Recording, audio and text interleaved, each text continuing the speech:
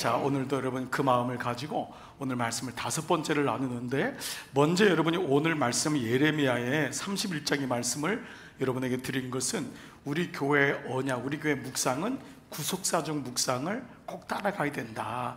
이게 굉장히 중요하다. 여러분이 매일 성경 맨 뒤에 보시면 말씀 묵상은 구속사적 묵상이 돼야 된다. 이게 축이 돼야 돼요. 안 그러면은 그냥 우리가 적용하기 바쁘죠. 적용 너무 소중하지만 본질인 예수 그리스도를 꼭 찾아야 되는데, 자, 오늘 이 말씀을 잠깐만 제가 좀 풀이를 같이 한번 해볼게요. 자, 예레미야 31장 앞에 띄워줘 보세요.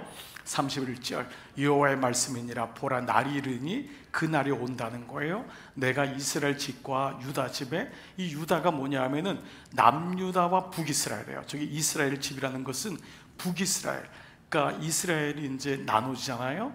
다윗 이후에 나눠지는데 북이스라엘과 유다집, 그 두 개를 합해서 이제 보통 이스라엘이라고 하잖아요. 북이스라엘 집과 남유다 집에, 즉 이스라엘 모든 백성 앞에 새 언약을 맺겠대요. 새 언약. 그러니까 이 언약은 다시 옛날에 있었던 언약에서부터 새로운데, 이전에 옛 언약이 뭐냐 하면 바로 모세가 시내산에서 받았던 율법이란 말이에요. 그게 신명기 말씀이에요.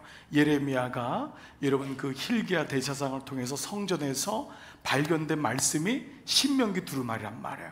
그 말씀 가장 중심되는 게 모세 오경에 창세기, 출애굽기, 레위기, 민수기, 신명기지만 이 통합하면 신명기 말씀이 모든 앞에 있는 네 말씀을 함께 결론 지은 거예요. 자, 그래서 그 새 언약을 맺는 거예요. 모세 언약이 아닌 새 언약을 맺는데, 보세요. 이 언약은 내가 그들의 조상들의 손을 잡고 애굽 땅에서 인도하여 내던 날, 이게 바로 유월절 사건이란 말이에요. 그렇죠? 이거를 모세가 시내산에서 첫 언약, 옛 언약을 맺은 것과 같지 아니하겠대요. 새 언약은 그때 율법이 아니래요. 그것과 같지 않대요.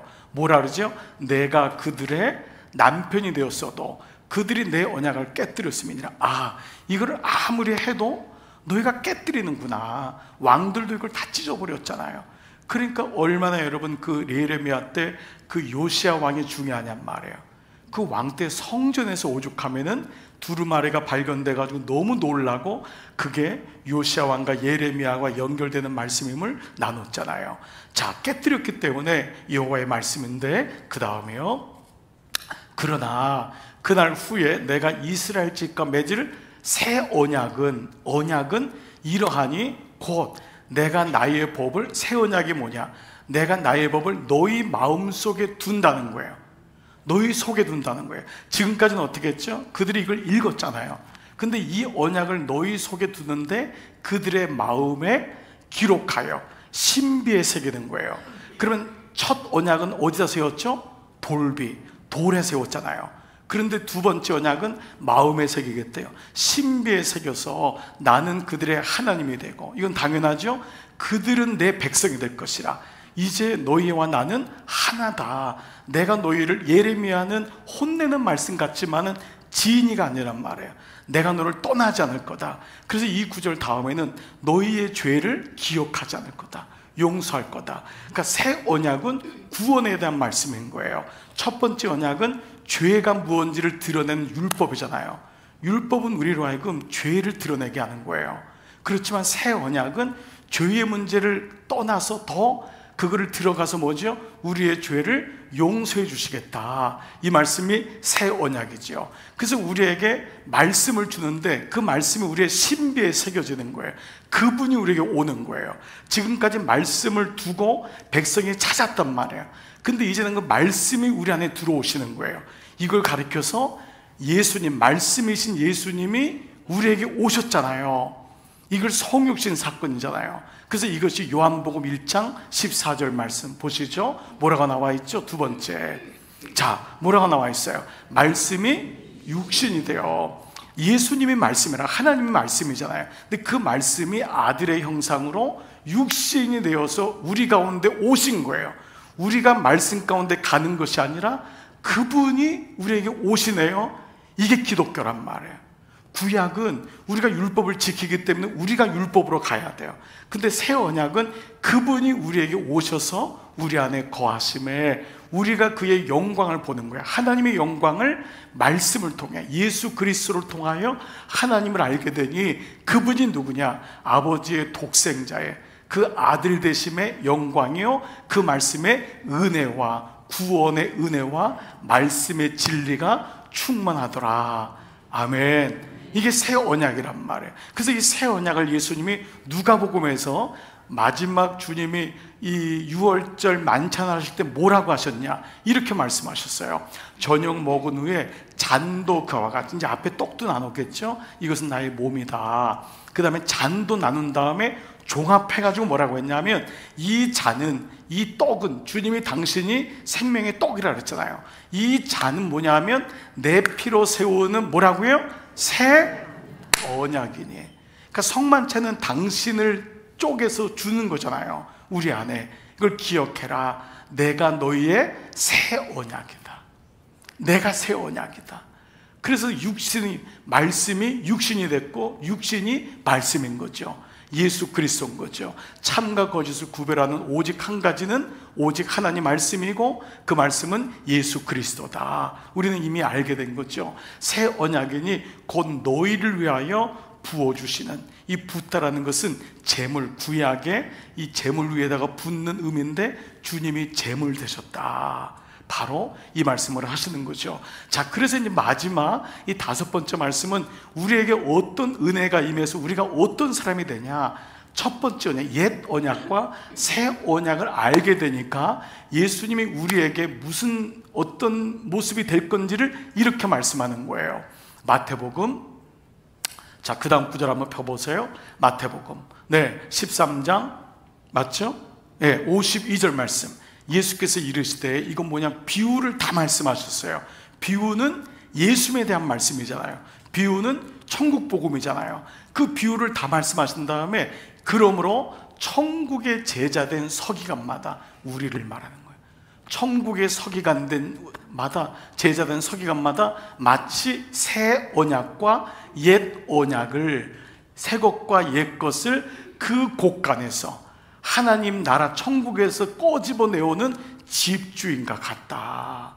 이게 우리란 말이에요.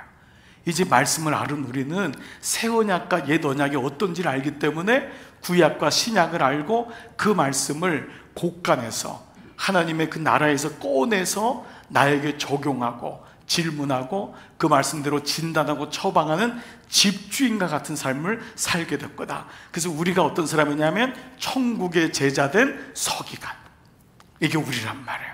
묵상하는 사람에게 주어지는 존재가 천국의 제자된 서기관이다. 여러분, 이 말씀이 이제 우리가 잊지 말아야 되는 구속사적 묵상이라는 거, 여러분 이제 종합적으로 말씀을 나누면 좋을 것 같아요.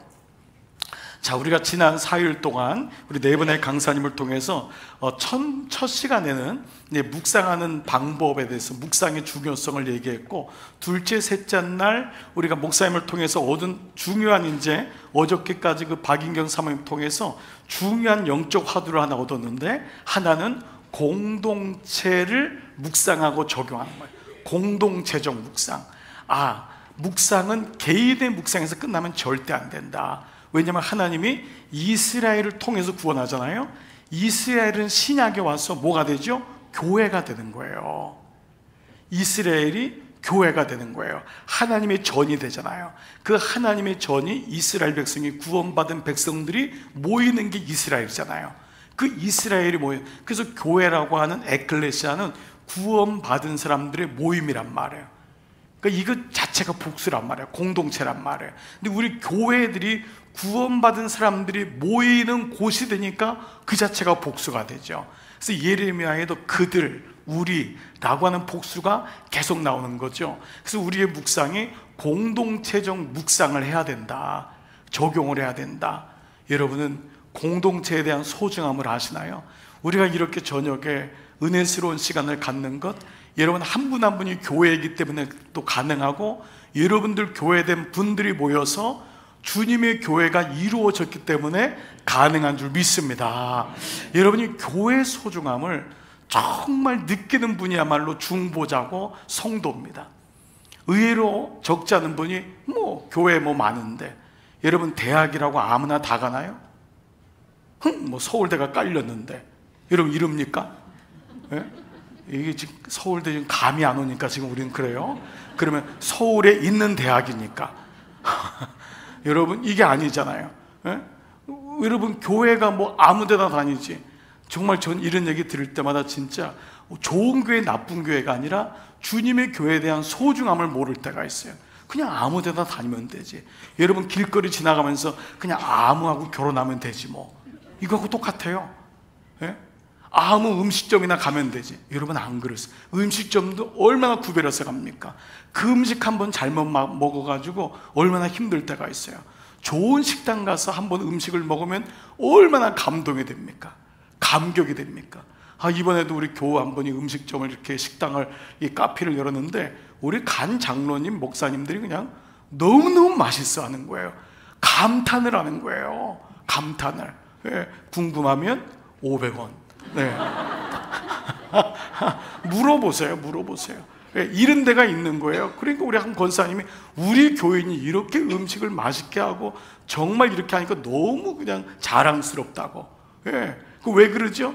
음식당에 갔는데 기대보다 훨씬 높은 거예요. 너무 좋은 거예요. 기쁜 거예요. 식당에 가서도 이렇게 기쁘잖아요. 근데 하물며 교회가 아무 데다 다니죠. 아니 아이 어느 교회 다니세요 했더니 거기 교회 깔린 게 널린 게 교회인데요. 여러분 교회 찾아보세요. 널린 게 교회인지. 정말 이렇게 십자가가 많은데 갈 교회가 없다는 거 여러분 새삼 느낍니다. 아이를 지방에 보내는데 그 수많은 교회가 있는데 교회를 정하지 못하겠다는 거예요. 그러니까 여러분 이건 나쁜 교회, 좋은 교회가 다시 말씀드립니다. 제가 비교하는 게 아니에요. 그만큼 교회가 소중해야 되고 소중히 여겨야 되고 우리는 소중한 교회를 만들어갈 책임이 있다. 아멘. 여러분들이 소중하기 때문에 그런 분들이 모여서 말씀을 사모하고 끝까지 하나님의 말씀을 붙잡는다면은 이 교회가 얼마나 귀한지. 공동체적인 묵상, 목장에 대한 묵상. 그거는 가정을 먼저 하시면 안 돼요. 가정이 소중하지 않다는 게 아니에요. 말씀은 교회를 통해서 구원이 이루어지기 때문에 교회가 살아야 돼. 마지막 소망은 가정이 아니에요. 교회예요. 교회를 통해서 가정이 회복되는 거지 가정을 통해서 교회가 회복되는 게 아니에요. 아멘. 여러분 이건 분명히 아셔야 돼요. 교회를 통해서 생명의 말씀이 가정에 들어가니까 배우자가 사는 거지 배우자가 산 다음에 교회가 사는 게 아니라는 거죠. 그러니까 그런 면에서 우리는 우선순위를 명확히 해야 돼요. 교회가 생명이 있을 때 그 생명의 말씀이 아내에게, 남편에게, 아이들에게 들어가서 가정이 사는구나. 또 가정이 사니까 그런 사람들이 교회를 사랑하고 헌신하고 그렇게 이루어져 가는구나 라고 하는 것. 교회에 대한 소중함을 여러분 느끼십니까? 여러분이 꼭 묵상할 때마다 교회를 놓고 기도하시고, 교회의 작은 단위가 뭐죠? 우리 교회는 목장인 거예요. 목장. 그러니까 여러분 이미 감 잡으셨죠? 추수감사절 맞이 블레싱은 무슨 블레싱일까요? 목장 블레싱이지 미리 말씀드릴게요. 안 봐도 제목이 이제 나오잖아요.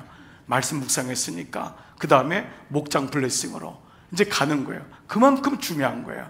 여러분들이 속해 있는 목장, 그리고 여러분들이 속해야 될 목장, 너무너무 소중한 거예요. 자, 이런 첫 번째가 공동체적 묵상과 적용. 두 번째는 뭐죠? 말에 대한 묵상과 적용이라고 하는 두 번째 화두를 얻었어요. 우리 모두 말이 연약해요.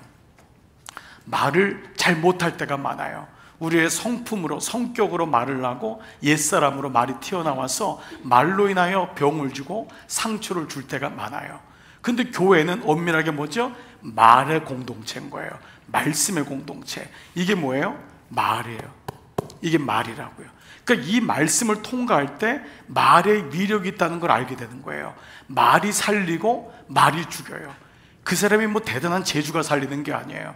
교회 공동체는 말씀으로 세워졌기 때문에 말이 없어지면, 말을 잘못하면은 말이, 인간의 말이 나오고 죽이는 말이 나오고 멸망의 말이 나오고 교만의 말이 나오면 다 죽어요. 근데 이 말씀을 통과한 사람은 묵상된 언어, 복음의 언어를 얘기하기 때문에 말의 변화가 있구나. 우리는 말이 혀가 거듭난 사람이고 마음이 거듭난 사람이구나. 이거를 부단히 연습해야 되는구나 라고 하는 공동체적 묵상과 우리는 또 하나 바로 말에 대한 묵상과 적용의 화두를 알게 되었죠. 자, 그래서 이것이 이제 우리 이번 맥주감사절 이번 주일날에 여러분과 함께 감사해야 될 것이 바로 공동체 주심, 또 나에게 하나님의 언어를 주심. 내 언어가 바뀌고 있구나. 내 언어가. 여러분 정말 우리가 여러분 보시면 정말 우리가 아직은 부족하지만 여러분의 언어가 바뀌고 있나요? 안 바뀌고 있나요? 어때요? 바뀌고 있어요. 그렇죠? 바뀌고 있다고. 나도 모르게. 당신 언어가 바뀌고 있네. 우리는 이 땅에 있는 동안 완벽하지 못하죠. 육을 가졌지만 그렇지만 계속해서 변화되고 있는 거예요. 아멘. 여러분 그래요. 부모로부터 받은 언어를 가지고 살 수밖에 없었던 우리가 우리의 언어를 통해 생명을 전하고 우리의 언어를 통하여 사역이 일어나고 우리의 언어를 통하여 목장이 일어나고 데오빌로들이 돌아오고, 여러분 보세요. 우리의 언어가 바뀌고 있을 줄 믿습니다. 그래서 묵상의 열매가 결과가 뭐죠? 말의 변화구나. 그렇구나. 그러면 그 사람의 말의 변화가 아직 연약한 것은 더 하나님 말씀으로 들어가야 되는구나. 우린 공사 중이니까 더 주님의 말씀으로 변화되는 이런 걸 경험하자라고 하면 되겠죠. 자, 이제 오늘 본격적으로 오늘 마지막 날은 우리가 같이 묵상을 해볼게요. 자, 이제 여러분 오늘 5번째 교재를 한번 펴보세요. 33페이지. 자, 오늘은 갑작스런 큰 지진이 인가 귀도로 라고 하는 주제로 우리가 같이 말씀을 나누겠는데, 여러분이 책 다 있죠? 이제 자기 책을 가지고 오늘 기록을 할 거예요. 볼펜 다 잡으시고. 자, 이제 사도행전 오늘 본문이 지난주 금요일 날에 이어서 오늘 말씀이에요. 지난 말씀이 뭐였는지 여러분 기억하시죠? 빌립보 감옥에 들어갔다가 거기서 어려움을 당할 때 한밤중에 바울과 실라가 기도하고 하나님을 찬송할 때 죄수들이 듣더라. 금요일날, 지난 금요일날 말씀이 여러분 혹시 기억하세요? 누군가 내 노래를 듣고 있습니다. 누군가 내 노래를 듣고 있습니다. 이게 지난 금요일날 말씀이었던 거예요. 한밤중에 바울과 실라가 찬송하고 기도하는데 그거를 마지막에 뭐라 그랬죠? 죄수들이 듣더라. 그걸로 끝났던 말씀이에요. 자, 거기 이제 이어지는 말씀이에요. 자, 묵상할 때 이제 저랑 같이 잠깐 눈을 감겠습니다. 아버지, 제가 오늘도 하나님 말씀을 묵상할 때 제 마음이 모아지게 하시고 주의 말씀이 들려지게 하셔서 오늘 한 날도 말씀에 묵상하여 이 묵상된 말씀으로 살아가게 하여 주옵소서. 예수님의 이름으로 기도드리옵나이다. 아멘. 이제 여러분 이 말씀을 2번만 여러분들이 함께 저랑 눈으로 읽는데 입술로 같이 읽는 게 제일 좋아요. 눈으로만 읽지 않고 혼자 읽을 때도 우리 새벽에도 같이 읽잖아요. 저랑 같이 한번 우리 한 목사님이랑 같이 26절부터 한 절씩 쭉 한번 읽고 첫 번째 한번 읽을게요. 자, 마음을 모으시고요. 묵상은 호흡이에요. 거친 호흡으로는 안 돼요. 마음을 집중하셔서 26절부터 시작. 이에 갑자기 큰 지진이 나서 옥토가 움직이고 문이 곧 다 열리며 모든 사람의 메인 것이 다 벗어진지라.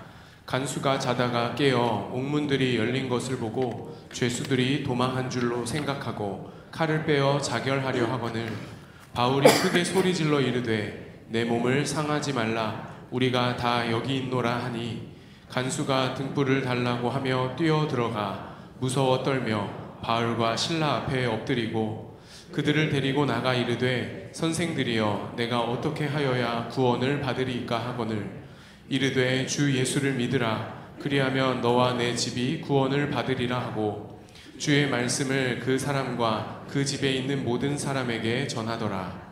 그 밤 그 시각에 간수가 그들을 데려다가 그 맞은 자리를 씻어주고 자기와 그 온 가족이 다 세례를 받은 후 그들을 데리고 자기 집에 올라가서 음식을 차려주고 그와 온 집안이 하나님을 믿음으로 크게 기뻐하니라. 아멘. 한 번 읽었습니다. 보통 이제 2번 정도를 읽는 게 좋아요. 더 읽으면 3번까지인데 이제는 볼펜을 들으시고, 여러분 혹시 책이 없으신 분은 그냥 슬그머니 이런 뒤에 나가시면 책이 다 2층에도 1층에도 다 책이 있어요. 여러분 꼭 책 가져가시기 바랍니다.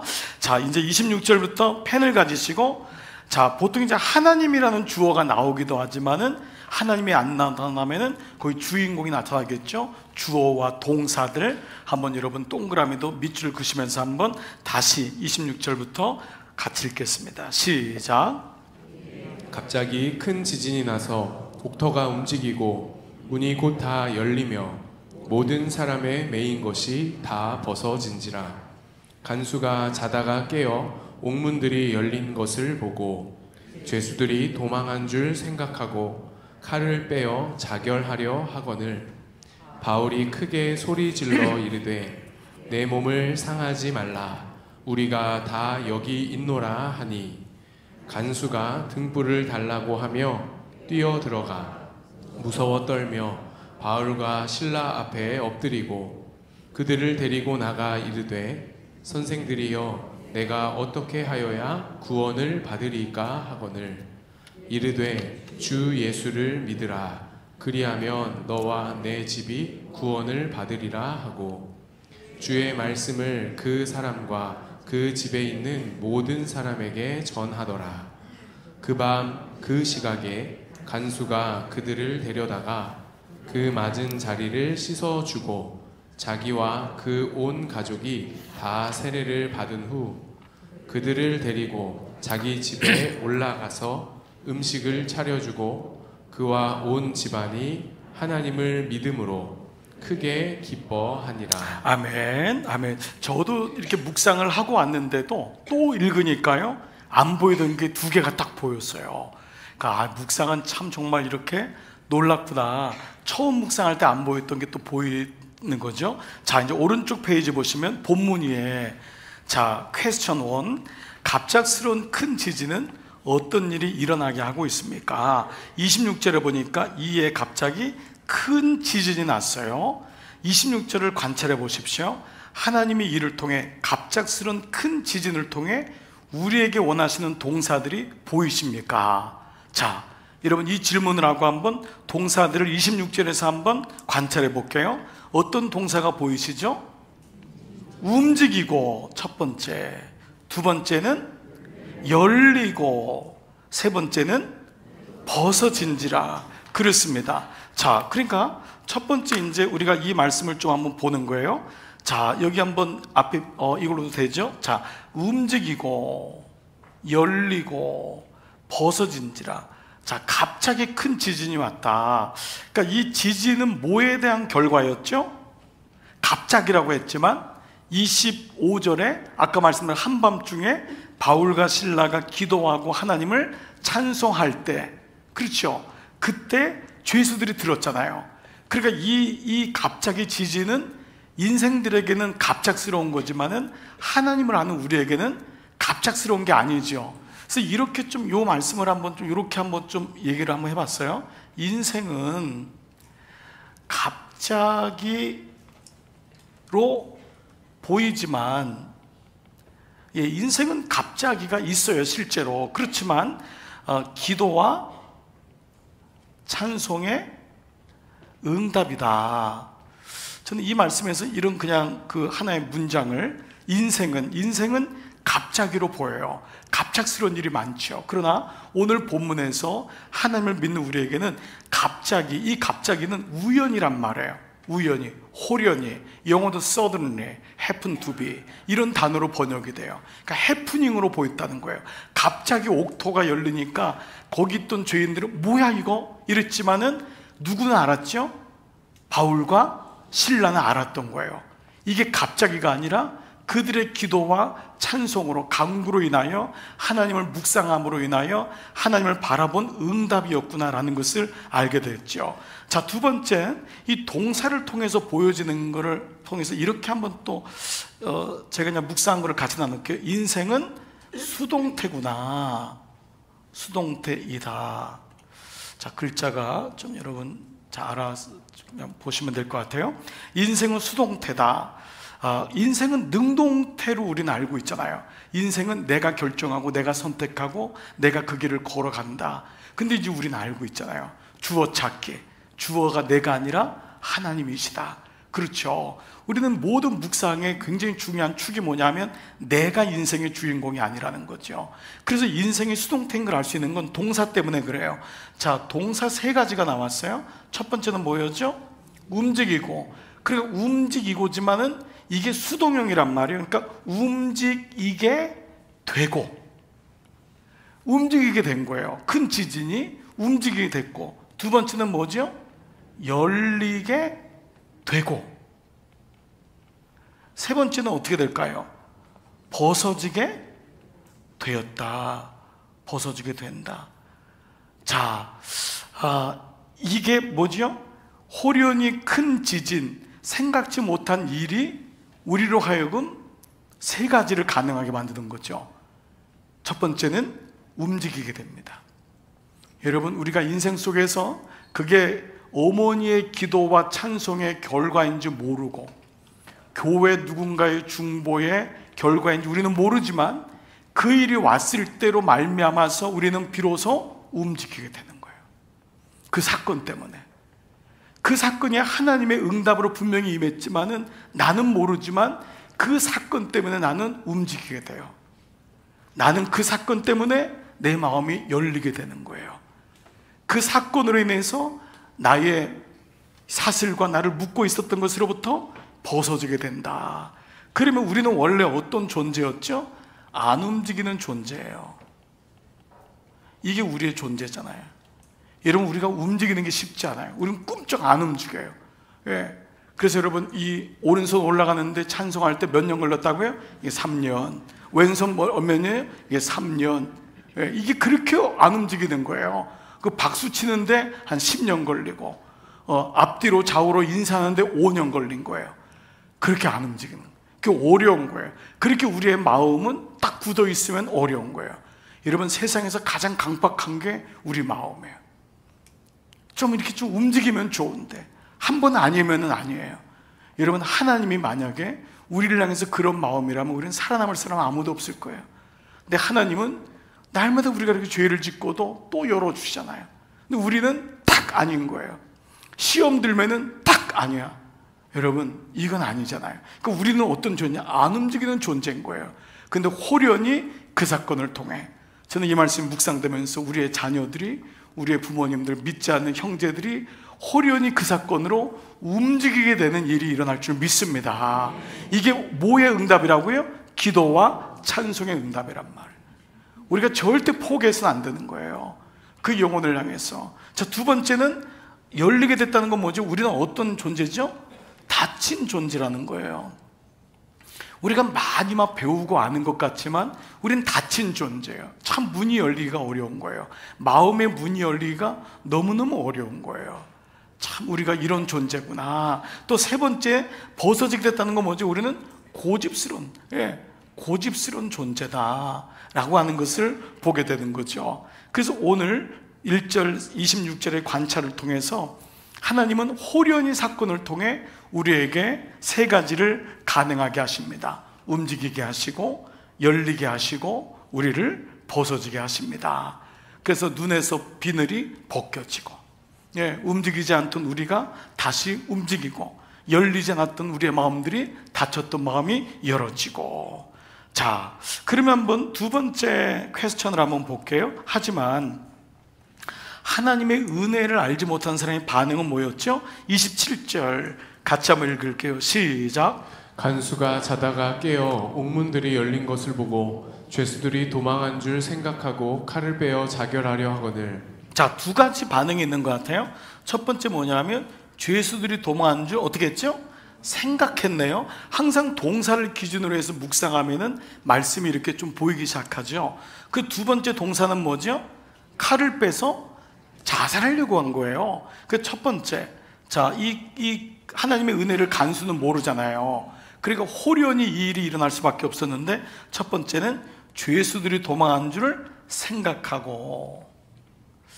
자, 이 생각하고라는 것의 생각은 마음의 중요성을 얘기하죠. 마음. 이 마음이 중요하다.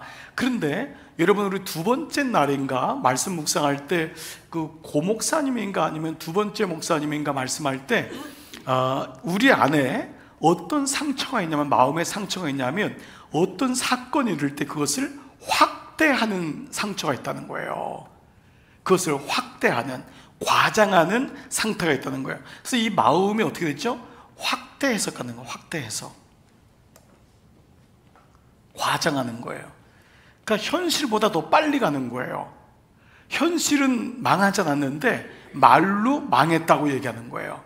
죽었다고 얘기하는 거예요. 이 사람이 뭐죠? 죄수들이 도망한 줄 알고, 바울과 실라는 도망했어요, 안 갔어요? 안 갔어요. 보지 않았는데도 뭐죠?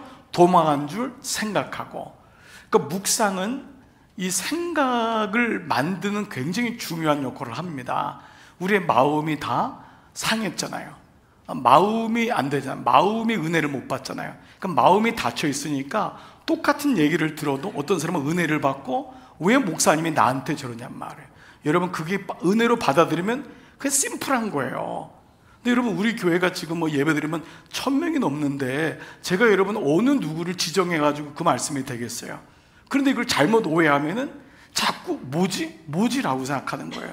그럼 그것도 마음으로 받아들이면은 내게 은혜가 되는구나, 내 상황이 그렇구나, 이걸 받아들이면 되는데 우리의 마음은 사실 그렇지 않은 거예요. 그래서 여러분, 작은 교회 목사님들이 너무 힘들어하는 게 그거예요.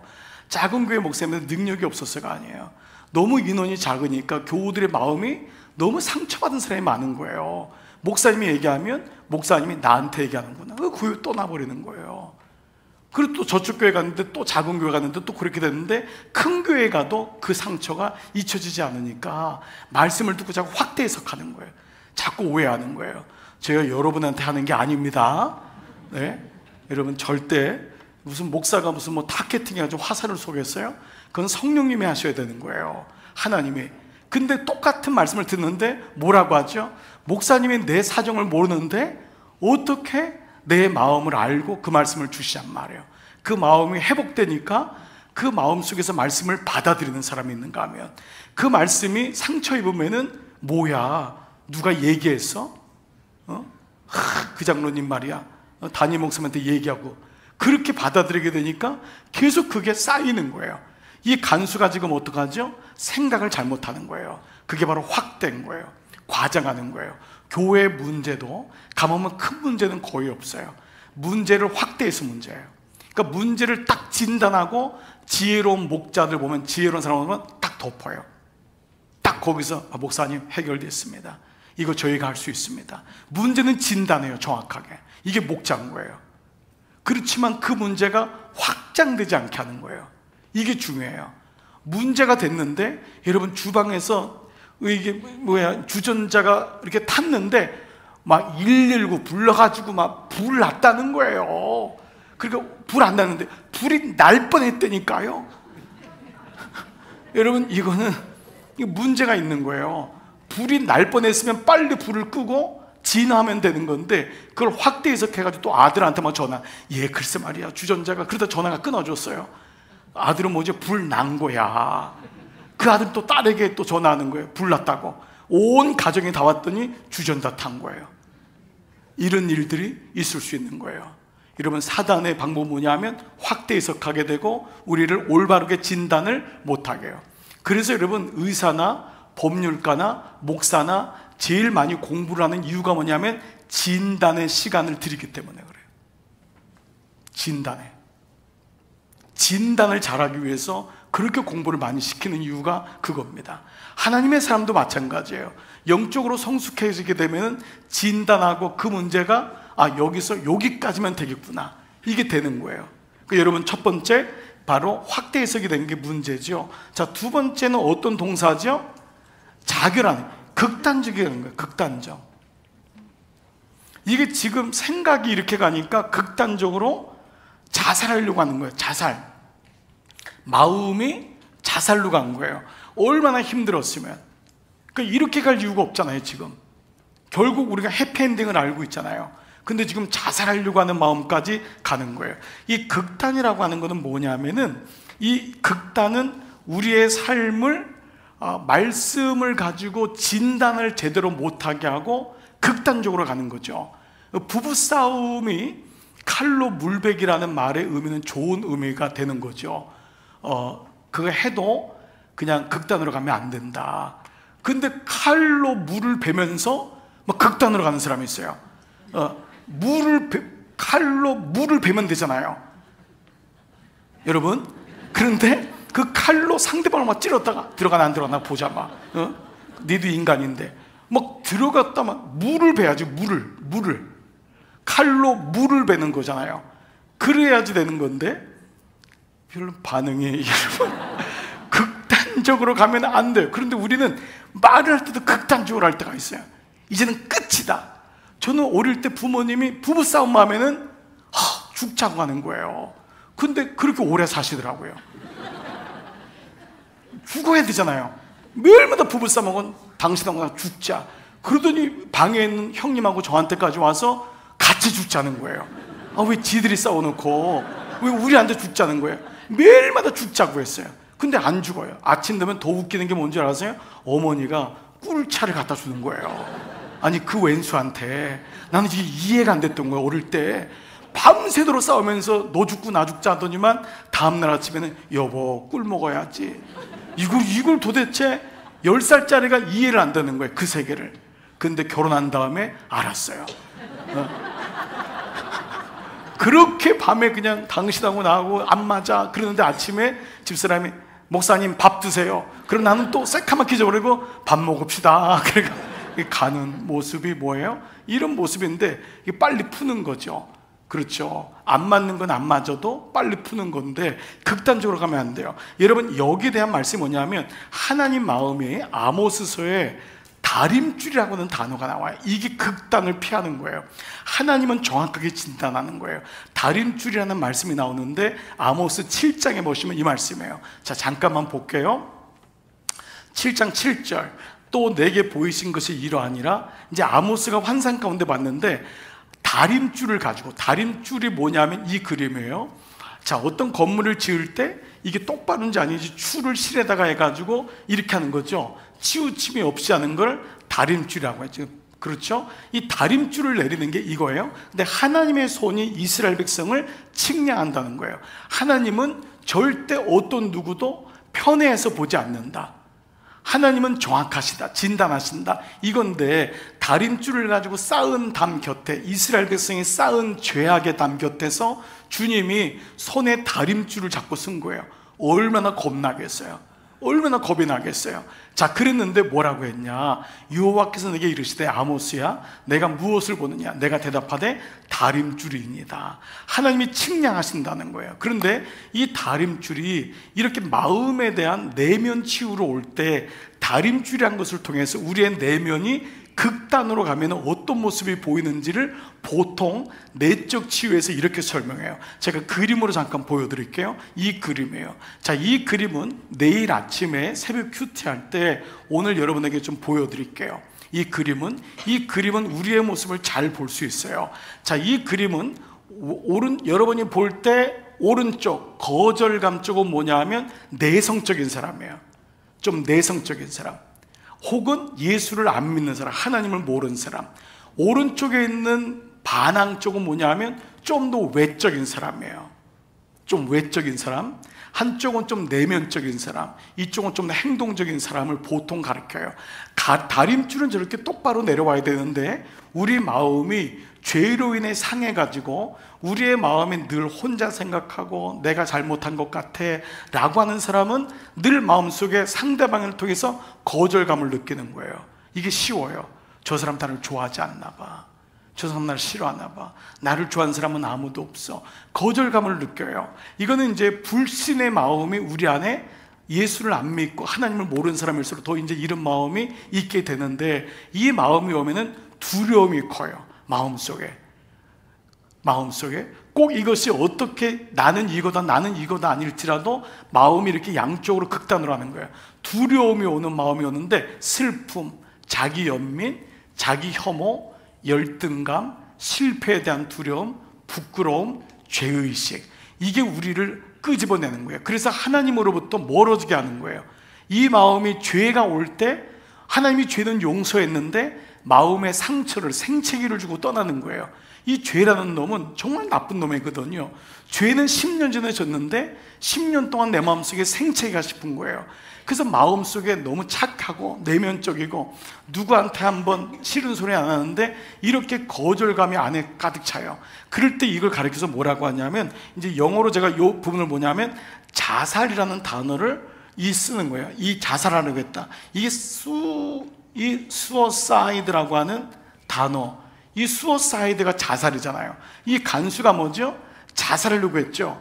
문제가 별로 크지 않은데 스스로가 칼을 들어서 자기를 죽이려고 하는 거예요. 수어사이드의 지금 모습이 보여지는 거죠. 다시 그림을 볼게요.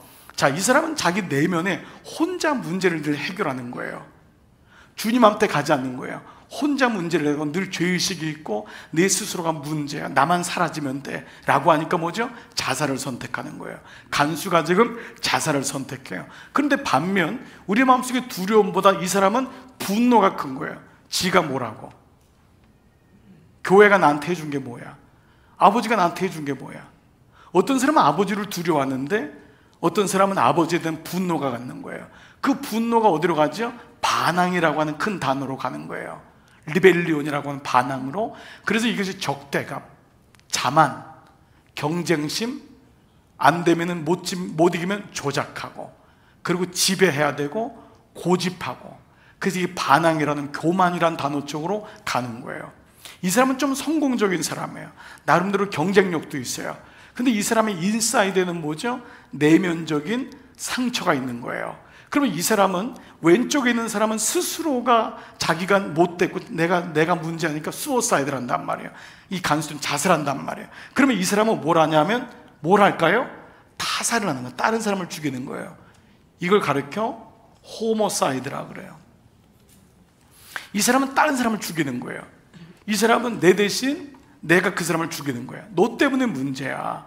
이 왼쪽에 있는 사람은 나 때문에 문제야. 이게 극단화됐고, 이 사람은 뭐죠? 당신 때문에 문제야. 그래서 이 사람은 호모사이드, 타살하는 것을 늘 가지고 있는 거예요. 자, 이것이 우리 인간의 다시 한번 다림줄 그림을 보면은 이런 병든 마음이 있는 거예요. 누구든지. 이게 바로 극단인 거예요. 이게 누구든지 이제 이쪽으로 너무 치우치게 되면은 굉장한 자살과 타살의 문제가 일어나겠죠. 그렇죠. 그러니까 우리가 이 안에 있구나라고 하는 것을 보게 되죠. 자, 이런 면으로 본다면 두 가지 오늘, 자, 어떤 동사들 생각하고 나의 생각은 확대 해석하는데 익숙한가, 과장하고, 두 번째 혹 극단적인가. 지금 간수의 생각이 말씀을 통과하지 않으니까 결국 이 말씀이 통과해야지만이 사건을 제대로 진단하고 과장하거나 확대하지 않고, 두 번째는 극단적으로 가지 않는구나, 잘 해결할 수 있구나 라고 하는 것을 보게 되지요. 자, 이제 세 번째 질문을 한번 볼까요? 이때 바울의 반응은 어떻습니까? 그의 급박한 외침이 들리십니까? 자, 퀘스천 3 한번 볼게요. 28절 시작. 바울이 크게 소리질러 이르되 내 몸을 상하지 말라, 우리가 다 여기 있노라 하니. 자, 바울의 반응은 첫 번째 뭐죠? 크게 소리질러 이르되, 첫 번째. 두 번째는 뭐죠? 내 몸을 상하지 말라 라고 구체적으로 얘기하고, 세 번째는 우리가 다 여기 있노라. 그러니까 묵상할 때 동사들을 중심으로 해서 문단을 끊으면은 훨씬 더 말씀들이, 모든 말씀을 다 묵상할 수는 없지만 그 말씀에 주는 의미들은 우리에게 들어오게 되죠. 자, 첫 번째, 크게 소리 질러 가로되. 이 간절함이죠. 이거는 간절함. 지금 바울은 간수가 칼을 들어 죽으려고 하는 거예요. 그때 하는 게 뭐죠? 크게 소리 질러 가로되. 크게 소리 질러 가라. 너는 내게 부르짖으라. 내가 크고 비밀한 것을 내게 보이리라. 이 말은 통성 기도만 주님이 들으신다는 메시지가 아니라 우리에게는 그런 간절함이 있냔 말이에요. 그런 간절함이. 바울은 좀 죽어가는 사람을 향해서 어떤 마음이 있었죠? 간절함이 있었던 거예요. 이 시간을 놓치면은 이 간수는 죽는 거예요. 그러니까 지금 시각을 지금 다투는 일이잖아요. 그래서 뭐라 그러죠? 간절히 말하여, 간절히 소리질러. 이 간절함이 어디로 가죠? 말로 가는 거죠. 말의 중요성. 크게 소리질러 이르되. 이르되라는 건 뭐죠? 말했다는 거잖아요. 말했다. 아, 간절함인데 말이 이렇게 중요하구나. 간절히 말하여. 말의 중요성. 자, 그러면서 뭐라 그러죠? 내 몸을 상하지 말라. 극단적으로 가면 안 된다는 단어잖아요. 극단적으로 가면 안 된다. 자, 극단적이면 안 된다 라고 하는 메시지인데, 저는 이 메시지에서 그냥 이렇게 한번 생각을 해봤어요. 이 전체적인 메시지로 본다면 균형 잡힌 신앙이라는 게 참 중요하구나. 균형 잡힌 신앙. 내 몸을 상하지 말라. 이 몸을 상하는 거는 여기서 지금 자살한다고 하는 의미로도 있지만은, 구약이나 우상 숭배할 때 보면은 우상 숭배자들이 하는 모든 행동이 뭐죠? 몸을 자해하는 거예요. 몸을 극단적으로 막 자기의 피를 내거나 몸을 막 그냥 힘들게 하거나, 그러니까 열광주의적이 빠지는 거예요. 통성 기도가 모든 것에 능한 기도가 아니라는 말씀드렸잖아요. 그렇지만 그렇게 간절함을 가진 기도도 때로 우리에게 필요하지만, 중요한 건 뭐냐면 지금 두 번째는 극단적이면 안 된다. 몸을 상하지 말라. 균형 잡힌 신앙에 대한 모습을 보여주고 있다. 좀 이렇게 말씀을 좀 묵상해 봤어요. 자, 이 부분을 고상선 목사님이 이 말씀을 하신 적이 있는 것 같은데, 우리 교회도 제가 몇 번 말씀을 들었는데 이 책이에요. 책이 보이시나요? 네, 다윗 현실에 뿌리 박은 영성. 자, 이 책은 유진 피터슨 목사님, 메시지를 쓴 유진 피터슨 목사님이 다윗에 대해서 쓴 책인데, 책 제목이 뭐냐면 현실에 뿌리 박은 영성이다. 그래서 이 벽을 뛰어넘다라고 하는 원어는 벽을 뛰어넘다인데, 이게 이제 이 책 제가 보니까 현실에 뿌리 박은 영성이 뭐냐, 다윗을 보니까 세 가지를 볼 수 있었던 거예요. 첫 번째는 다윗은 대단히 현세적이었다. 우리는 현세적이면은 그 사람은 뭔가 영적인 반대로 생각하는데, 가장 영적이 가장 현실적이다, 이런 표현이 있어요. 조금은 역설적이지만 가장 영적인 것이 가장 현실적이다. 그러니까 영적이라는 것은 우리가 너의 몸을 뭐예요? 어떤 제물로 드리라? 살아있는 산 제물로 드리라는, 리빙 세크리파이스로 드리라는 것은, 여러분 우리에게 그 의미가 뭐라 그랬죠? 이것이 영적 예배니라. 그 영적이라는 것이 리즈너블이라 그랬어요. 그것이 영적 스피리추얼 서비스가 아니야. 로기아라고 하는 단어는 로지컬이에요. 그것이 합리적인 예배다. 너희가 드리는 예배가 합리적인 예배가 돼야 된다. 이 땅에서 드리는, 우리는 합리적이라고 하면은 뭔가 영적이 아닌 것 같아요. 영적은 굉장히 막 이렇게 형이 상학적이고 막 붙잡혀가지고 막 떨고 예언을 하고 막 이런 것. 그래서 어떤 목사님들 영적이라고 하면, 여러분 어떤 목사님이죠? 딱 보고 동으로 가라, 왼쪽으로 가라. 당신 아들이 어떻게 될 거예요? 쓰러뜨리고. 여러분 이게 영적이지 않은 거예요. 영적인 것은 육과 영과 혼이 잘 조화돼가지고 하나님 말씀으로 그 영혼을 양육시키는 것이지, 방언한다고 그러면 훌륭한 목사님, 한경영 목사님 방언 못하셨어요. 그러면 그분 영적이질 않아요? 그러면 여러분 이단 같은 분들 보면 엄청나게 우리가 생각하는 영적인 분이 많아요. 매일마다 이상한 짓 하고 막 목소리 막 깔고 막 말도 안 되는 설교를 하고. 근데 추종자들이 뭐라 하죠? 우리 목사님 영적이래요. 그게 영적이 아니라는 거예요. 너희가 드릴 영적 리즈너블 서비스라는 거예요. 그거 뭐냐면 땅에 뿌리 박은 예배라는 거예요. 현실 속에서 예배를 드리는 거예요. 우리는 이 땅에서 예배를 드리는 것이지 공중에서 예배를 드리는 게 아니구나. 그 균형 잡힌 영성은 현세적이라는 말이 현실만 살아간다는 말의 의미가 아니에요. 이 땅에서 살아가는 존재임을 우리는 인정해야 돼요. 육이 있음을 인정하는 거예요. 그래서 바울의 특징은 현세적이다. 자, 바울의 특징은 또 뭐냐면 인간적이다. 여러분 인간적이라면 역시 어떻게 생각하죠? 그 목사님 인간적이야. 그러면 안 좋은 투지요. 이 인간적이란 말은 굉장히 휴머니즘 마음이 있는 거예요. 궁유력 있는 마음, 그 영혼을 불쌍히 여기는 마음, 사랑이 있는 마음. 여러분 그 마음이에요. 여러분이 여기에 대한 마음을 갖는 거예요. 다윗은 굉장히 인간적이었어요. 가정에서도 부인도 많았고, 그러는 고통도 많았고, 아버지의 아픔도 많았고, 그렇지만 이렇게 인간적이었던 바울, 아픔도 배신도 당하고, 이것이 인간적인 거예요. 우리가 살아가는 모습이 이런 거예요. 아닌 척하는 게 영적이질 않은 거예요. 여러분이 막 매일마다 막 구름 타고 다니는 것처럼 손오공의 믿음을 가지고 다니면은 안 됩니다. 무슨 우리가 정말 손오공인가? 뭐 세상에서 막 구름 타고 다니세요? 차 몰고 다니면 막 옆에서 막 착 오면은 그냥 너무 힘들고 놀라고, 이런 일들이 비일비재한 거예요. 인간적인 거예요. 이게 바울의 모습인 거예요. 그런데 세 번째 뭐냐면, 이런 다윗이 그리고 구원적이라는 단어를 썼어요. 이게 성육신인 거예요. 그래서 주님의 은혜가 필요한 거예요. 현실에 뿌리 박은 영성은 현실을 살아가고 현세적이고, 또 우리는 인간적인 거예요. 사람하고 부닥치고 배반당하고 배반하고 사랑하고 미워하고 용서하고. 그런데 그런 가운데서 우리는 하나님의 구원하심이 우리에게 오는 거구나, 이 땅을 무시하는 게 아니구나. 그래서 우리의 신앙은 현실에 뿌리 박은 영성이 되는구나. 그래서 예수님이 이 땅에 성육신한 거예요. 인간의 모습으로.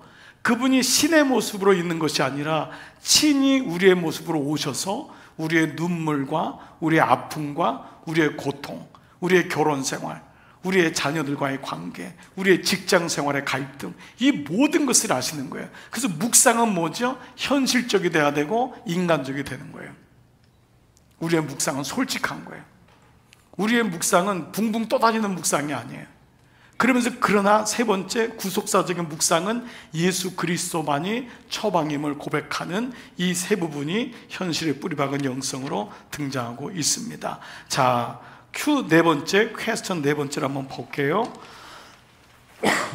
자, 이제 간수의 반응을 한번 살펴볼까요? 29절 30절 시작. 간수가 등불을 달라고 하며 뛰어 들어가 무서워 떨며 바울과 실라 앞에 엎드리고 그들을 데리고 나가 이르되 선생들이여 내가 어떻게 하여야 구원을 받으리까 하거든. 자, 이제 우리는 전반적으로 이미 많이 해석이 됐어요. 이제 말씀이 다 진단이 된 거예요, 사실이요. 자, 간수의 반응은 뭐냐 하면, 틈입하시는 하나님의 일하심이 보이십니까?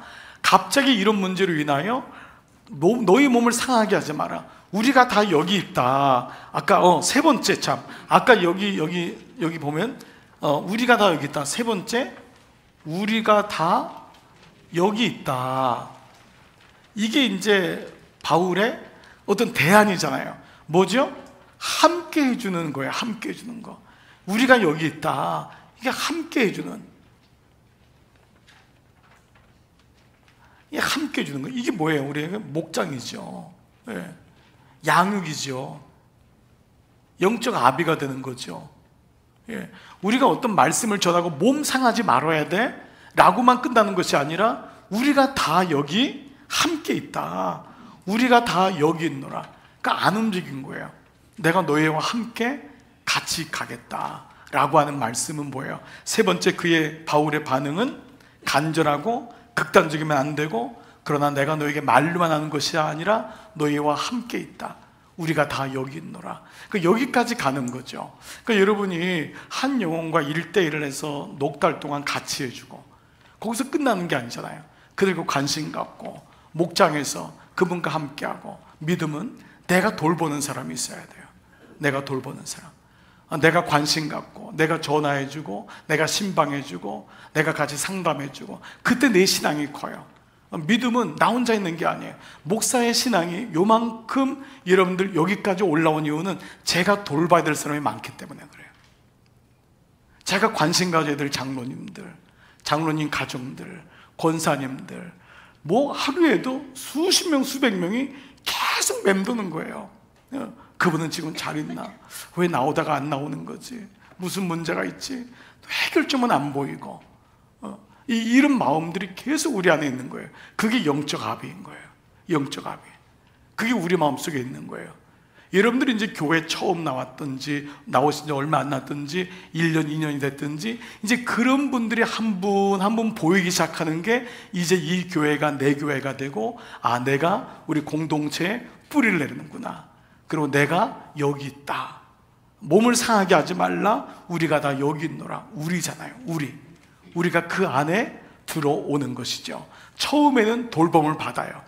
그러나 나중에는 돌봐주는 믿음으로 나가는 것, 이것이 세 번째 말씀이었죠. 자, 그렇다면 아까 다시 이제 간수의 반응 보시면은 간수가 어떻게 하죠? 뛰어들어가. 너무 급박한 거예요. 그럼 어떻게 하죠? 무서워 떨며 오히려 감옥으로 들어간 거예요. 그 안으로 들어간 거예요. 그리고 그 감옥 안에 있는 바울과 실라 앞에 엎드리는 거예요. 자, 무서워 떨며 지진이 일어났는데도 이 사람들이 움직이지 않는 걸 보면서 오히려 이제 역작용이 일어난 거예요. 처음에는 지진으로 두려웠다가 지진이 났는데도 그 죄수가 떠나지 않는 그 모습을 보면서 오히려 떠오는 거예요. 트램블링. 그 마음속에 요동이 되는 거예요. 그 마음이 움직이는 거예요. 간수는 죄수들을 지키는 사람이에요. 간담이 큰 사람이라고요. 죄수가 뭐라도 꼭똑 없는 사람이에요. 근데 그 사람 마음이 트램블링, 떨리는 거예요. 그리고 그 사람이 뭐죠? 엎드리고.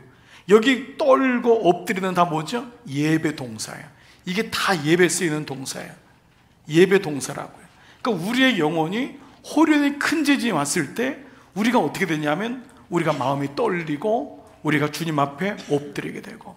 여러분 주변의 가족들에게, 자녀들에게 어떤 사건이 일어났을 때 확대해서 가지 마세요. 그렇죠? 냉정하게 진단보고 하나님이 오히려 그 영혼 가운데 틈입하시는 하나님,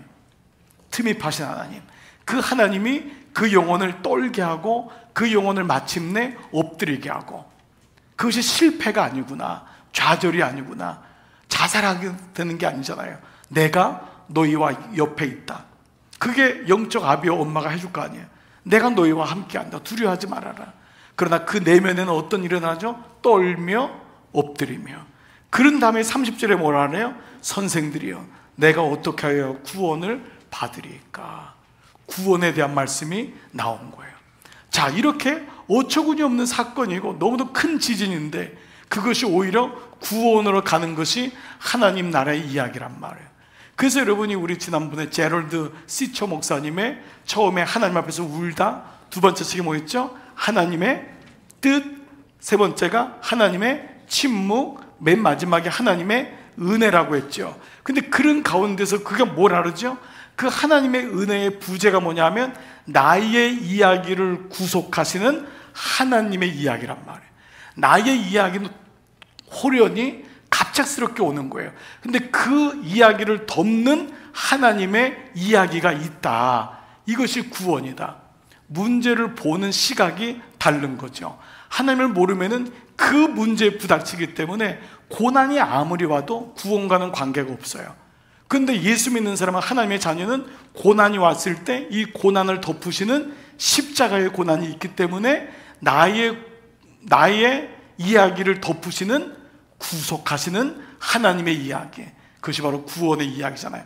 구원을 받으리까로 가는구나. 틈입하시는 하나님의 일하심이 보이십니까? 아멘. 네, 지금 보인 거예요. 자, 그럼 퀘스천 다섯 번째. 이때 바울의 처방, 진단이 됐잖아요. 실제적인 실행과 그 결과는 어떠합니까? 자, 먼저 처방을 보겠습니다. 31절 시작. 이르되 주 예수를 믿으라. 그리하면 너와 내 집이 구원을 받으리라 하고. 정확하게 바울의 처방은 뭐죠?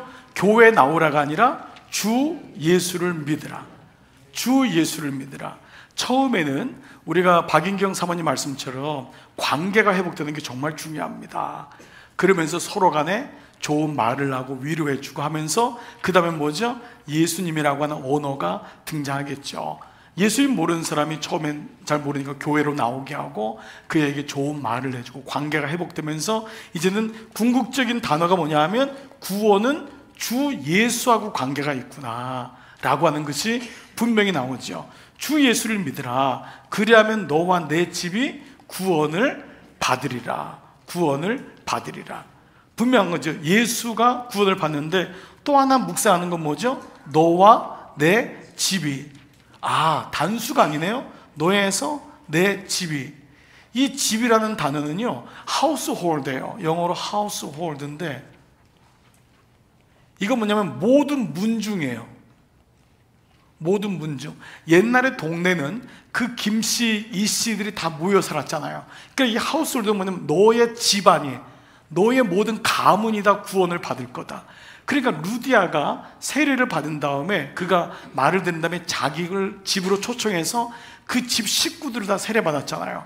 그 집에 있는 식구만이 아니라 문중들을 다 끌고 온 거예요. 그 사람을 통해서. 그 너와 내 집이 구원을 받으리라. 결국 뭐죠? 공동체로 가는 거예요. 구원은 나 혼자로 끝나지 않구나. 아브라함을 부르신 하나님은 이스라엘까지 가야 되는구나. 여러분 혼자 예수 믿으면 안 돼요. 이것처럼 외로운 게 없어요. 기도하셔야 돼요. 여러분 혼자가 아닌 이제 나의 배우자, 나의 자녀, 나의 손주들, 나의 가족들, 여기서 영적인 울타리가 되는 게 너무 중요해요. 혼자 예수 믿는 건 오래 못 가요. 여러분 주변에 왜 술을 먹죠? 술 친구가 많으면 술을 먹어요. 내가 술을 좋아해서가 아니에요. 술을 끊었는데도 술 친구가 많으면 술을 먹어요. 왜 내가 노름을 못 끊죠? 노름을 끊었어요. 노름하는 친구들이 계속 연락 오면 노름을 못 끊어요.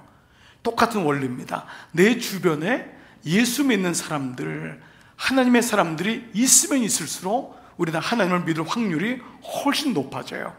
그래서 오늘 이 구원은 혼자서 머물지 않는다. 너가 내 집으로 가야 된다. 인과 기도는 이건 옵션이 아니에요. 여러분이 기껏 예수 30년 믿고 혼자 딱 천국 갔어요.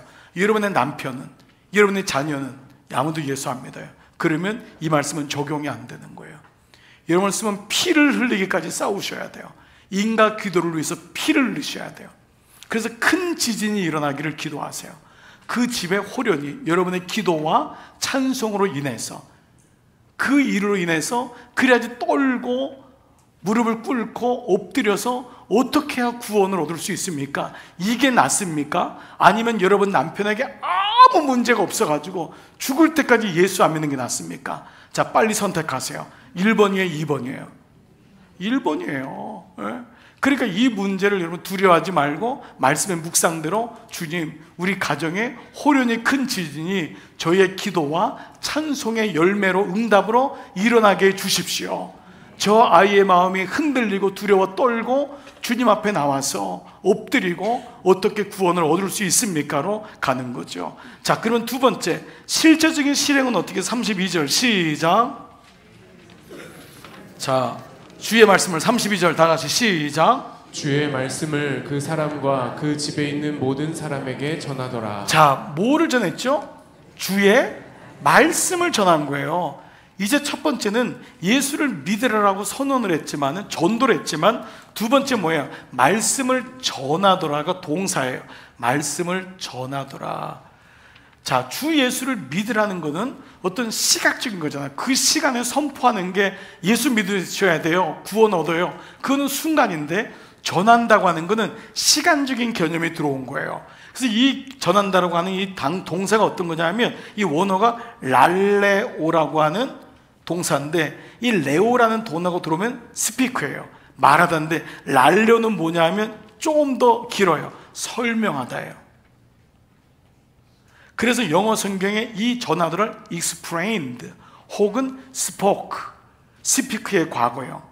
이 단어를 쓰는 거예요. spoke는 뭐냐 하면 토크가 보다도 더 진지한 게 스포크잖아요. 토크는 그냥 얘기하는 거지만 스피크는 좀 더 자세하게 진술하는 거거든요. 이 말이 뭐죠? 말씀을 설명한 거예요. 교회를 설명한 거예요. 바울이 그 집에 가서 간수를 데려다가 그 사람과 그 집에 있는 모든 사람에게 말씀을 전한 거예요. 우리 교회라고 하면 뭐죠? 1:1 양육한 거예요. 반응이 별로 지금 1:1 양육을 한 거예요. 그 사람 데려다가 말씀을 하나하나 설명해 준 거예요. 16과 나눠가지고 예수 그리스도가 누구신가 사주 나누고 하나님의 속성 나누고 큐티 시키고, 그래서 그 집에 머물면서 전하더라. 물론 여기는 이제 뭐 오랫동안 있은 건 아니었지만은 그렇게 된 거예요. 자, 그래서 그 밤 그 시각에 이제는 어떻게 되죠? 세 번째는 뭐예요? 자, 그 결과는 뭐였죠? 33절에 간수가 오히려 그들을 데려다가 그 맞은 자를 씻어주고 자기와 온 가족이 다 세례를 받았어요. 구원이 일어났어요. 자, 이런 지금 문제가 바울의 처방이 어땠는가? 예수님을 믿으라고 했고 너와 내 집이 구원을 얻으리라 해서 끝난 것이 아니라 말씀을 설명해 주었구나. 말씀을, 교회를 설명해 줘야 돼요. 교회를 나오라고 하면 안 돼요. 교회가 어떤 곳인지 교회를 설명해 주고, 하나님을 설명해 주고, 얼마나 좋으신지 복음을 설명해 주는 것, 이것이 너무 중요하구나. 계속해서 그 집에 있는 모든 사람에게 32절, 자, 이런 말씀들이 지금 연결이 되고 있습니다. 자, 그렇게 돼서 이제 결과가 다 세례를 받은 거예요. 자, 그러면 좀 더 이제 구체적으로 진단 질문해 볼게요. 자, 이제 좀 다양하게 보는 거예요. 갑작스러운 큰 일을 당했을 때 인간의 실존은 어떠할까? 하나님의 눈으로 보면은 이제 이걸 보는 건데, 인간적인 실존은 뭘까? 인간은 이 실존은 뭐냐면, 어려운 일이 오면은 다 싫어합니다. 그렇죠. 어떤 실존이 힘든 일을 겪으면 좋아하는 사람이 어디 있겠어요? 그러니까 이 실존이라는 게 자, 조금 여러분 오늘 그냥 마지막이니까 좀 공부를 좀 해볼게요. 실존주의라는 것이 1940년부터 50년대까지 지금까지 1차 대전, 2차 대전을 겪으면서 인간은 두려움이 왔어요. 이렇게 사람이 쉽게 죽을 수 있구나. 생명에 대한 위협을 전 인류가 느낀 거예요. 그러면서 실존주의가 형성이 됐어요. 실제로 니체처럼 신은 죽었다, 이런 철학자들이 등장하기 시작한 거예요. 그래서 실존주의는 뭐냐면, 나는 무엇인가? 이런 질문이 일어난 거예요. 그리고 나는 무엇을 해야 하는가? 이런 질문들이 급작스럽게 올라온 거예요. 나는 뭐지? 이렇게 빨리 죽고 그냥 사라지는 거야? 나는 무엇인가? 그래서 그 나는 무엇을 해야 하는가? 라고 하는 물음을 갖기 시작한 거예요. 그 주어가 뭐냐면 나는이라는 동사죠. 굉장히 열정적이고 주도권을 붙잡고 있는 것 같지만 여기는 굉장히 함정이 많아요. 이 실존주의는 결국 하나님을 다 떠나게 만들었어요. 1940년 50대부터 젊은이들이 하나님을 떠나고 성전을 떠나는 일들이 급속하게 일어났어요. 왜냐하면 나에 대해서 관심을 갖게 된 거예요. 좋은 현상 같지만 여기에 대한 결과가 뭐냐면, 선택을 통해 자아를 형성하는 존재 방식이 생긴 거예요. 이게 실존주의가 오늘날까지 오는 거예요. 내가 선택한 것에 대해서 굉장히 중요한 거예요. 그래서 우리는 태어난 선택이잖아요. 이 선택을 통해서 자아를 형성하는 존재 방식이 실존주의 안에서 가득 차게 된 거예요. 자, 선택이란 단어는 굉장히 보면 좋은 것 같지만 이거는 굉장히 자기가 계속 중심되는 거예요. 그래서 이 실존주의의 모토가 뭐냐면, 너 자신의 힘만으로 새로이 스스로를 창조하라. 너 자신의 힘만으로. 이게 함정이 있는 거예요. 이건 제 얘기가 아니에요. 이 실존주의의 모든 역사적인 기록이에요. 너 자신의 힘만으로. 이 단어가 겉으로는 선택을 통해서 자아를 형성하는 존재 양식이라는 그럴듯한 게 나왔지만, 이 실존주의에서 온 게 뭐냐면 인본주의예요. 인간이 주인 되는 거예요. 인간이 뿌리다. 인본이에요. 인간이 인자, 뿌리 본자. 그런데 이게 여기 나오는 기록이 뭐냐면, 너 자신의 힘만으로 새로이 스스로를 창조하라. 즉 뭐냐면, 창조란 단어와 너 자신의 힘만으로가 플러스가 됐어요. 하나님이 필요 없게 된 거예요. 너 자신의 힘만으로 너의 인생을 창조할 수 있다는 것이 1차 전쟁, 2차 전쟁을 겪으면서 인간이 스스로를 지킬 수 있는 유일한 힘으로 생각한 거예요. 물론 이래서 문명이 발달해요. 엄청나게 발전을 해요. 인문학이 발전되고 인본주의가 발전되면서 문명이 고도화가 돼요. 더 좋은 무기를 만들고 그 무기에 이길 수 있는 집을 만들고 이런 일들이 계속해서 앞을 다투게 된 거예요. 자, 그런데 성경은 뭐라고 할까요? 성경은 오직 너 자신의 힘만으로 모든 걸 창조하라고 하는 말씀은 한 번도 나오잖아요. 창세기 1장 1절에 태초에 하나님이 천지를 창조하시느니라. 이 말씀을 끝까지 지속하셔요. 그리고 그 하나님의 본체이신 예수님이 이 땅에 오셔서 교회를 세우시고 우리에게 새 생명을 주셨어요. 이게 로마서 8장 2절의 말씀이에요. 잠깐 볼게요. 로마서 8장 2절. 자, 이 말씀을 한번 찾아볼게요. 로마서 8장 2절, 그 마지막에 드린 말씀 한번 띄워줘 보시죠. 자, 로마서 8장 2절. 로마서 8장 2절 나왔어요.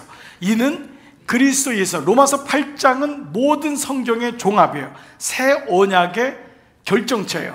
이는 앞에 있는 모든 걸 얘기한 거예요. 이 그리스도 예수 안에 있는, 너 스스로의 힘으로만, 오직 힘으로 창조하는 게 아니에요. 오직 그리스도 예수 안에 있는 생명의 성령의 법이에요.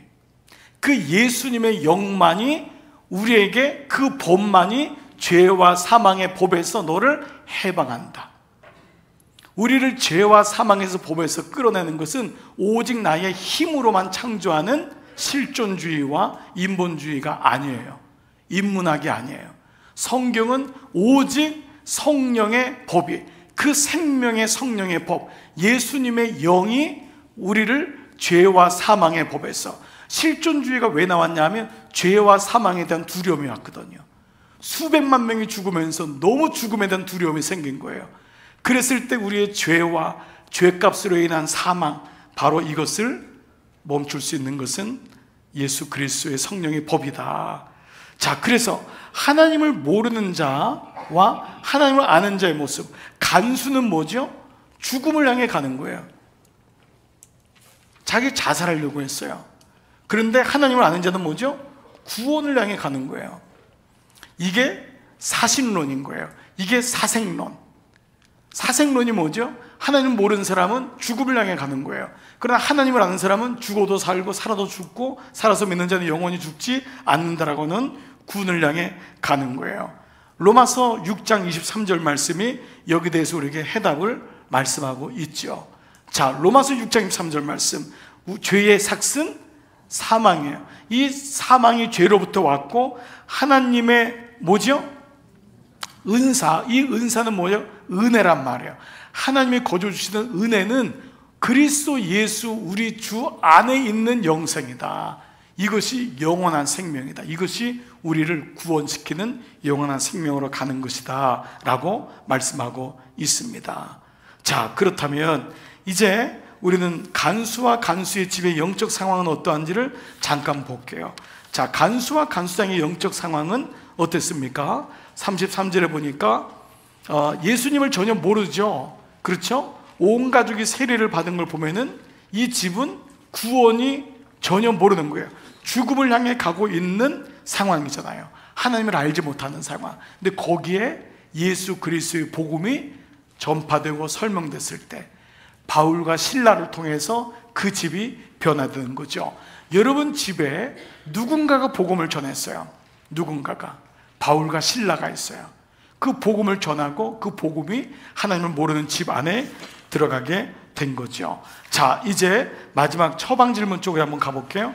바울의 첫 번째 처방은, 자, 처방으로 가볼게요. 주 예수를 믿으라. 그러면 너와 내 집이 구원을 얻으리라. 뭐죠? 말씀을 던지는 거예요. 말씀을 던진다. 여기 예수를 믿으라. 이 주 예수, 주라는 말이 큐리오스예요. 큐리오스. 이게 헬라어로 주님이란 말이죠. 그분이 바로 예수다. 그래서 예수가 주님이다란 말이 예수 그리스도란 말이에요. 예수는 2000년 전에 이 땅에 육을 가져오신 그분이 우리의 메시아, 그리스도가 된다. 바로 그리스도란 말이 큐리오스에서 온 말이에요. 주 예수를, 예수가 주다.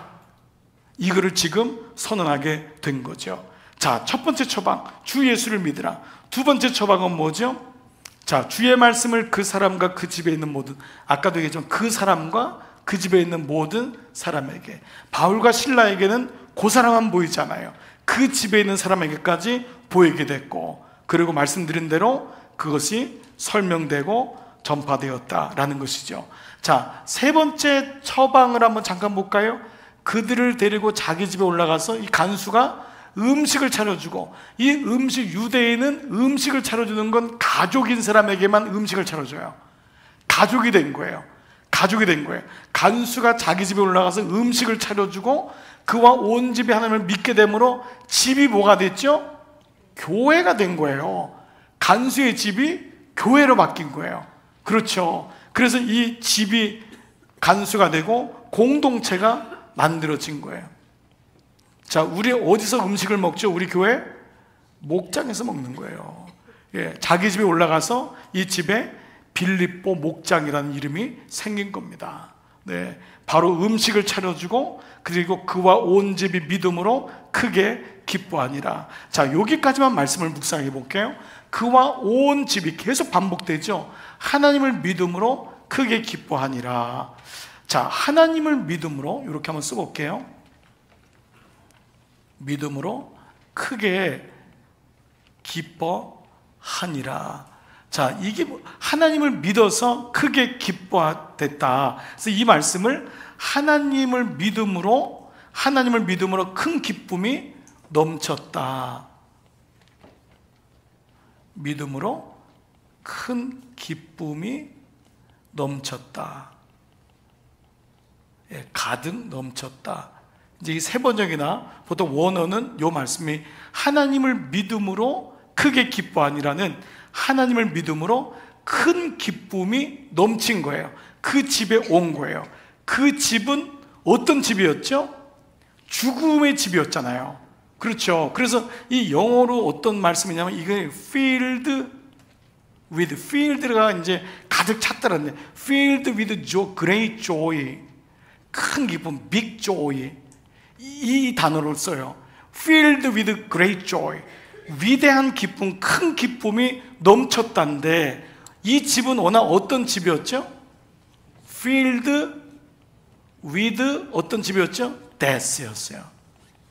죽음으로 충만한 집이었단 말이에요. 그래, 이 말씀이 원어적으로 뭐냐면 죽음으로 충만했던 집에 예수가 들어가면서 great joy, 큰 기쁨이 넘쳤다. 이게 예수 믿는 하나님의 사람의 마지막 모습이구나 라는 것을 묵상을 통해서 보여주고 있습니다. 자, 여러분, 제가 오늘 이 묵상은 좀 여러 가지 각도로 구절씩 했지만은 여러분들의 한 예입니다. 오늘 말씀을 묵상하면서 오늘 한 간수, 자기를 스스로 죽을 수밖에 없었던 그 사람이 어떻게 변화되는지를 보여주지요. 자, 하나님은 어떤 분이에요? 하나님은 그냥 간단하게 생각하면 그냥 여러분 생각해 보세요. 오늘 본문에서 하나님은 구원을 주시는 하나님, 하나님은 살리시는 하나님, 하나님은 온 집을 살리시는 하나님. 그냥 간단하죠. 그렇죠? 하나님은 그러한 하나님이구나. 그러면 나에게 적용 주시는 교훈, 우리에게, 우리 교회는 살려야 되겠구나. 뭐 그렇죠. 그러니까 제가 이거 여기 시간을 할애하지 않을게요. 여러 가지 교훈이 될 거예요. 앞에 있는 동사들, 아까도 나는 나도 움직이게 되고 열리게 되고 벗어지게 되겠구나. 그렇게 돼야 되겠구나. 우리 교회도 움직이는 교회, 열린 교회, 벗어진 교회, 네, 이런 교회가 돼야 되겠구나. 우리에게 나에게 주시는 교훈, 아직까지 우리 집은 구원받은 사람이 남아있는가? 구원받지 못한 사람이에요. 이런 모습들. 나의 자녀들은 혹시 교회만 나오고 있는가? 나의 자녀들도 혹시 이렇게 마음이 극단적으로 가고 있지는 않는가? 우리 자녀들과 온 집이 구원을 받았는가? 이런 말씀들이 교훈이 되리라 생각합니다. 그래서 우리들 하듯이 나의 기도와 오늘의 감사로 여러분 매일 새벽마다 간단하게 말씀을 묵상하면서 나가면 좋을 것입니다. 사랑하는 여러분, 오늘 우리 사도행전 16장의 이 말씀을 통해서 여러분들 우리 한번 연습했는데 여러분 부단히 묵상 포기하지 마시고 또 이번에 우리가 요만큼 또 수준이 올라온 거예요. 요만큼 또 우리가 같이 말씀을 묵상한 거예요. 그래서 이 말씀 가지고 우리 청년들, 우리 장년들, 우리 사랑하는 어르신들까지 말씀으로 승리하시기를 주의 이름으로